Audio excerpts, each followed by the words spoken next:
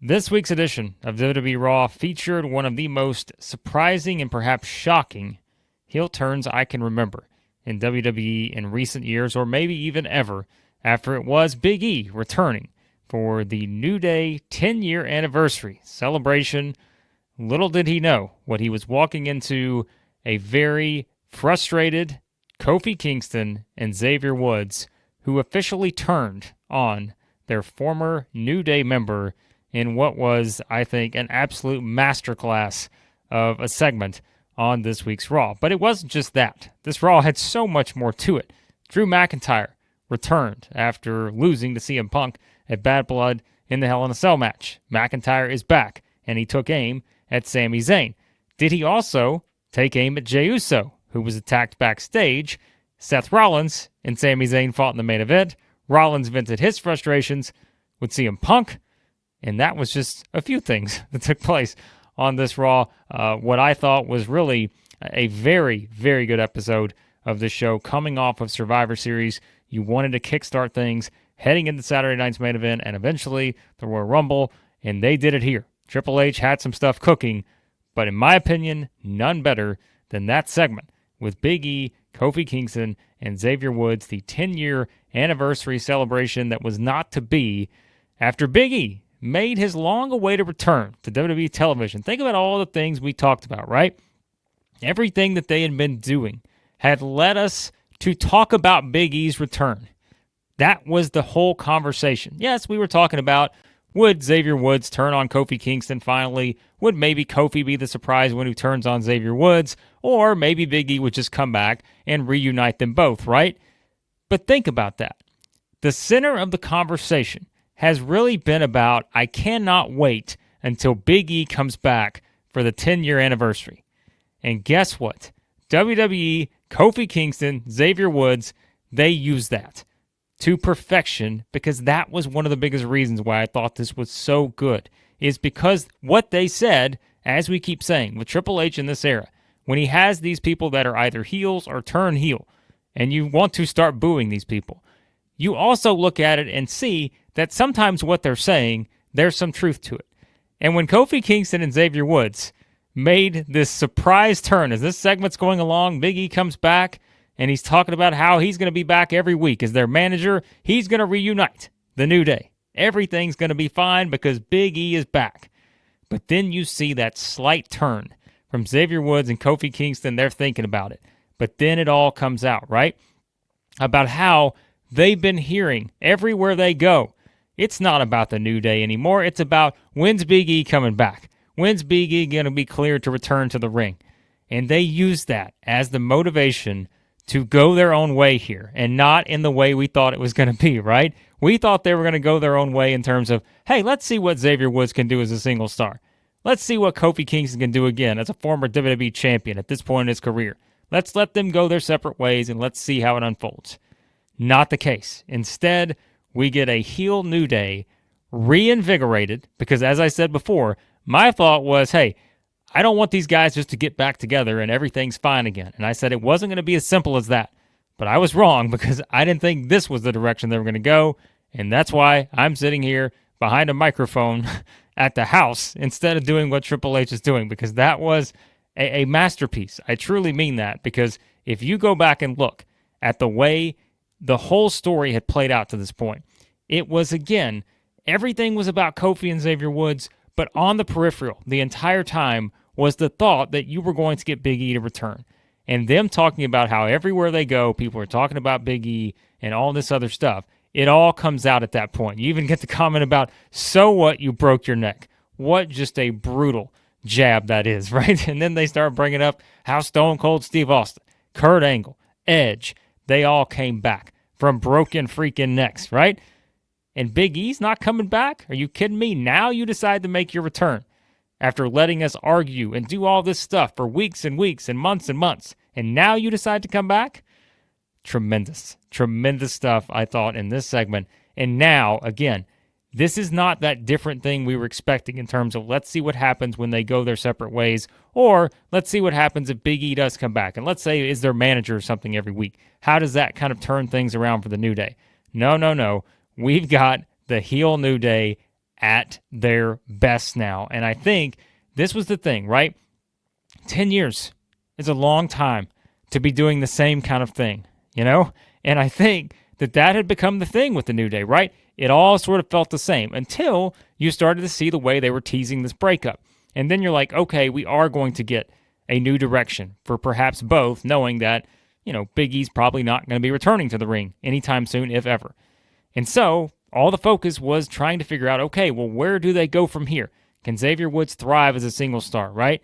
What do they have in store for Kofi? Is he just going to do the one-on-one feud, and that's how it works? But instead, this is better than anything they could have done because they are their strongest together, right? That's my belief. At this point in their careers, they're still strongest together, but you couldn't keep doing the same old thing. With the New Day, you had to change it up a little bit. And this was the swerve here, not just a swerve for swerve's sake, but a swerve that made all the sense in the world because this was supposed to be their big moment. Their 10-year anniversary, they're the ones who have been there week in and week out. And then Big E decides to come out and steal the spotlight, right? That's their thinking. That is how they're looking at this from their view. And then they're like, wait a second. You're coming back now? After all we've been through and everything, you weren't here for us? We were here for you?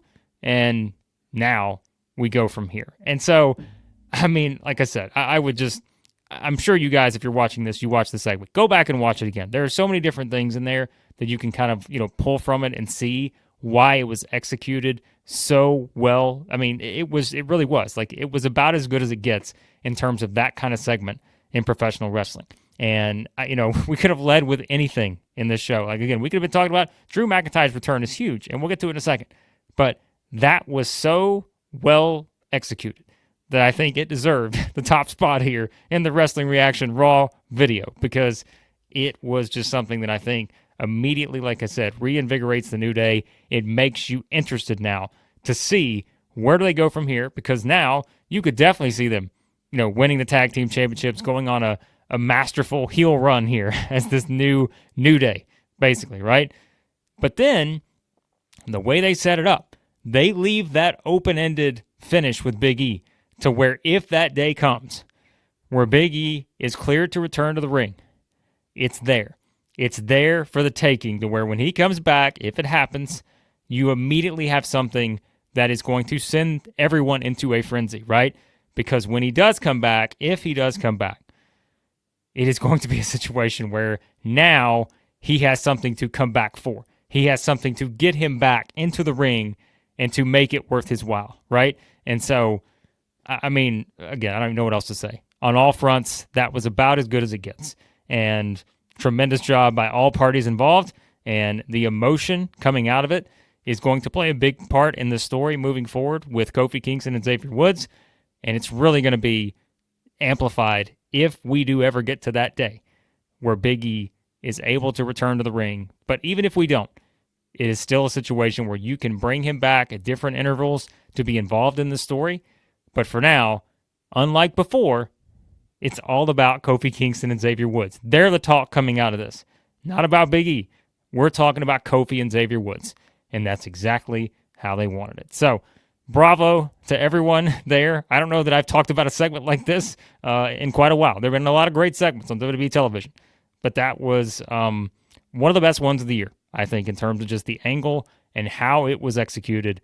That was one of the best of the year in the company. So, there you go. Their thoughts on that. And again, we got a lot more to get to because there were more things that happened as it was Drew McIntyre making his return on this show. And we knew that things seemingly were in motion for Drew to be coming back soon. CM Punk made his return for Survivor Series. And so you wanted to probably get McIntyre back in the fold here pretty quickly too. You know, he's going to factor into the Royal Rumble and WrestleMania 41 season. So you want to have all your big guns back and ready to go. So McIntyre comes back here. He gets the Claymore on Sami Zayn after the main event, and now we figure out what's next, right? Well, you could certainly see something between Drew McIntyre and Sami Zayn. Why? Because Sami Zayn aligned himself with CM Punk. That could be one of the reasons that Drew could use there. But I would think this is going to be bigger than just Sami Zayn for Drew McIntyre, right? We mentioned before, you probably do want to keep Drew and CM Punk away from each other in terms of direct any sort of matches or anything like that, because you're not going to be able to top what you just had 2 months ago. And so I still think the best option there, have them interact in the Royal Rumble, have a big moment between the two, maybe somehow one is involved in the other's elimination, however you want to do it. But I don't think you're going to be getting to a singles match with Drew McIntyre and CM Punk anytime soon. However, could you be getting to a tag team match of some sort here?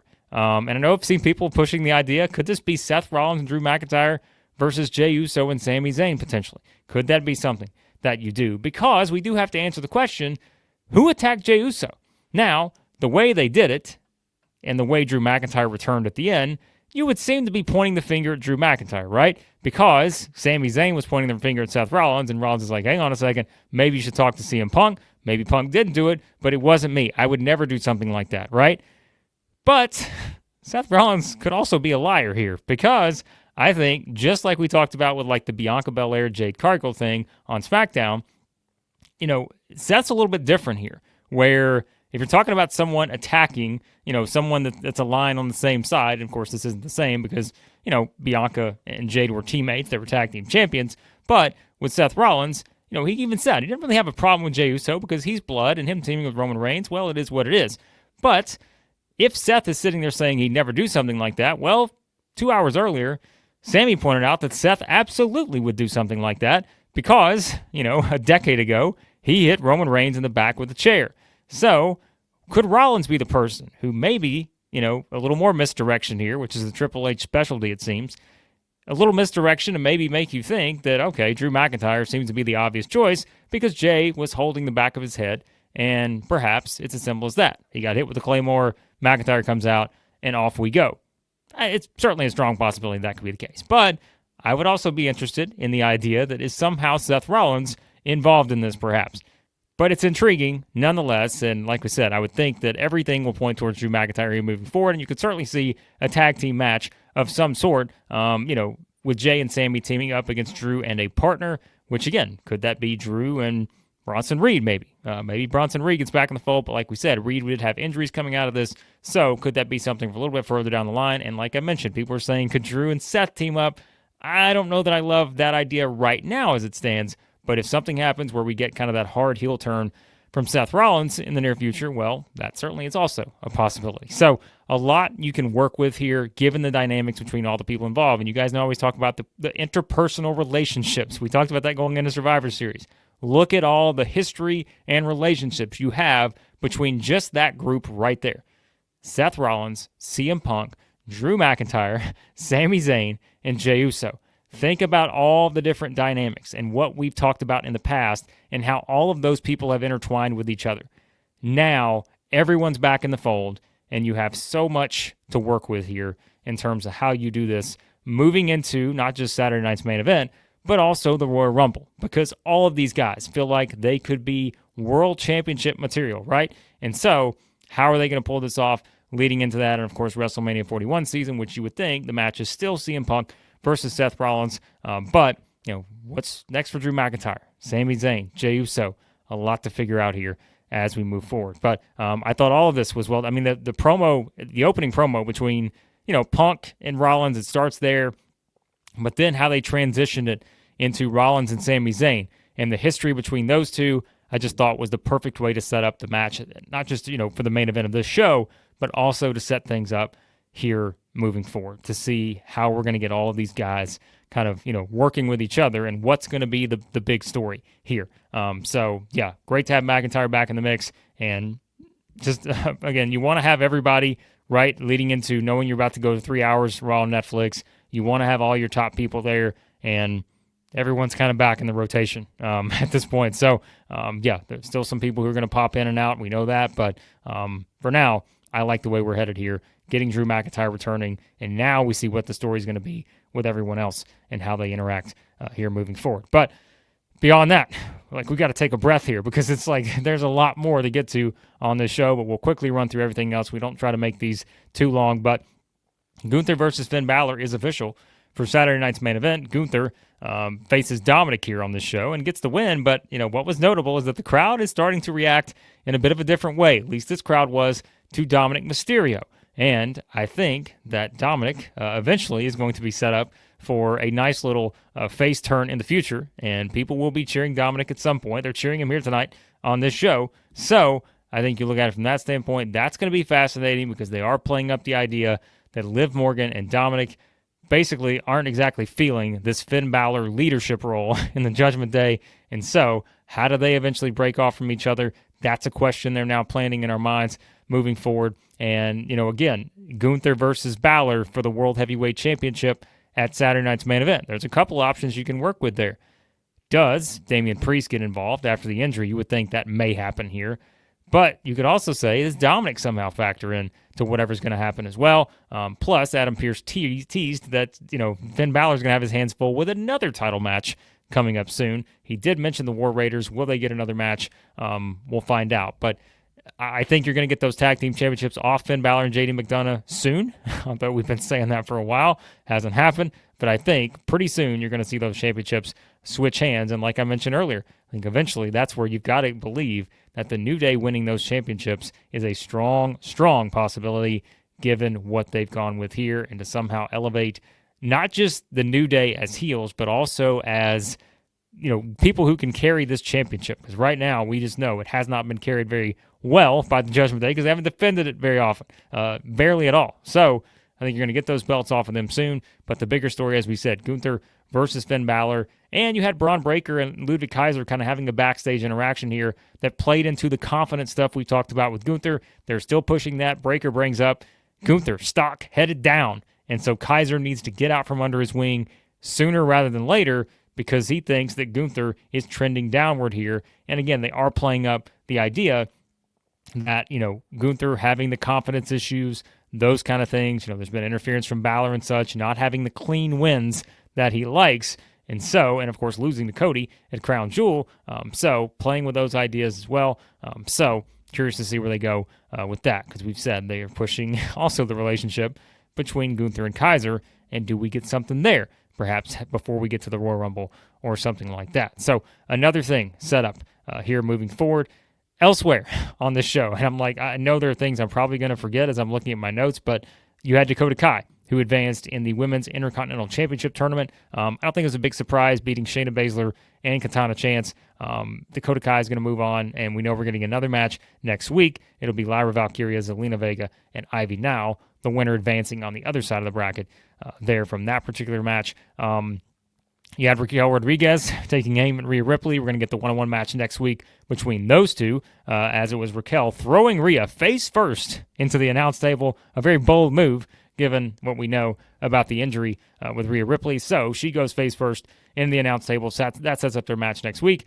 So we'll see what happens there. Rhea winning would not be a surprise for anyone, I think. But that's kind of, the way they're going to play it up, which we know. Also, they did make it official on this show as well. It will be Liv versus Io Sky in that match at Saturday night's main event. So Io Sky gets her championship opportunity there. We know Rhea is going to get a match at some point because she just pinned Liv in Survivor Series. So a lot of people intertwined. Stop me if you heard that one before here on Raw. But we know we're getting that match also for Saturday night's main event. So the card coming together a bit for that show here, adding a couple matches there to that. Next week, you're also going to get the Wyatt Six taking on the Final Testament and The Miz. So they're going to do the big 8-man tag there. I'm still fine with what they're doing with the Wyatt Six. Remember, we talked about this a while back. I think having it be a situation where they're not wrestling every week, you're saving them for special kind of occasion type matches. Yes, they're still kind of there on the show with the different, videos and, kind of the other stuff like last week with Scarlett, but you're not putting them in every single segment. You want to keep them fresh when they do, kind of come out on the screen and they're actually there in the ring. It feels like something maybe you aren't seeing week by week. And so you can kind of make it feel a little bit more special. So I like the way they're doing that for sure. So everything else on the show, not a lot else. Pete Dunne lost to R-Truth via the roll-up, but, that wasn't exactly anything huge coming out of that. And, of course, it was, in the tag team match with Liv and Raquel. Raquel getting the pin there to get them the win over Damage Control. But, that just kind of set up what's to come between Liv and Io Sky and the match next week between Raquel and Rhea. So there you go. Thoughts on this week's Raw. It was, like I said, a pretty unforgettable episode in terms of a couple different segments. A lot of, I thought, great development in terms of the storylines. And, I know that sometimes, you can look at it and say, well, you're not getting 5-star matches across the card or anything like that. I just think, when it comes to this WWE, it's all about getting people to care about the people involved. It's not necessarily about having, great matches every single match on the card. It doesn't have to be that way. You just have to get people caring about what these people are doing in the matches. And right now, when you look at the kind of the stories that they're building, they are, I think, picking up a lot of steam heading into WrestleMania 41 season, and that's exactly what you want to see if you're a WWE fan, because they got a lot of stuff that they're churning right now. Raw on Netflix is coming up. You got Saturday night's main event on NBC.